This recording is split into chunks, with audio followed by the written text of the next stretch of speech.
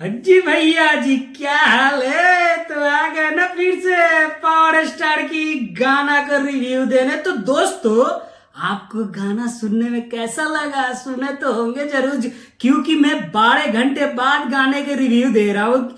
सतरंगी सलवार भाई, ये गाना तो होली का टॉप गाना होने वाला है।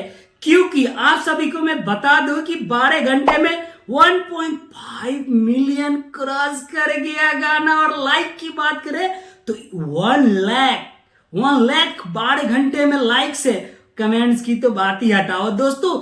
ये गाना को ना म्यूजिक तो दिए हैं प्रियांशु सिंह, आप सभी को पता ही है। विवेक अनमोल जी अनमोल बना दिए भाई, क्या ही लिख दिए गाना को। और इस गाने को गाई हुई है पावर स्टार के साथ साथ शिवानी सिंह, और इसमें नजर आ रही है महिमा सिंह। तो दोस्तों चलिए गाने के कुछ टॉपिक देख लेते हैं, क्या गाना का लैंग्वेज में आता है। चल दोस्तों, आपको मैं ये गाना का लाइन सुनिए।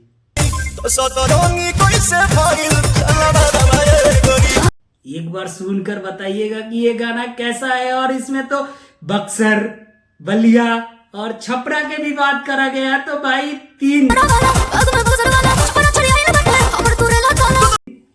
तीन जैसे अरविंद अकेला, कल्लू जी और अपने खेसारी भैया छपरा से है, तो उनका भी तो लपेटा जाएगा इसमें।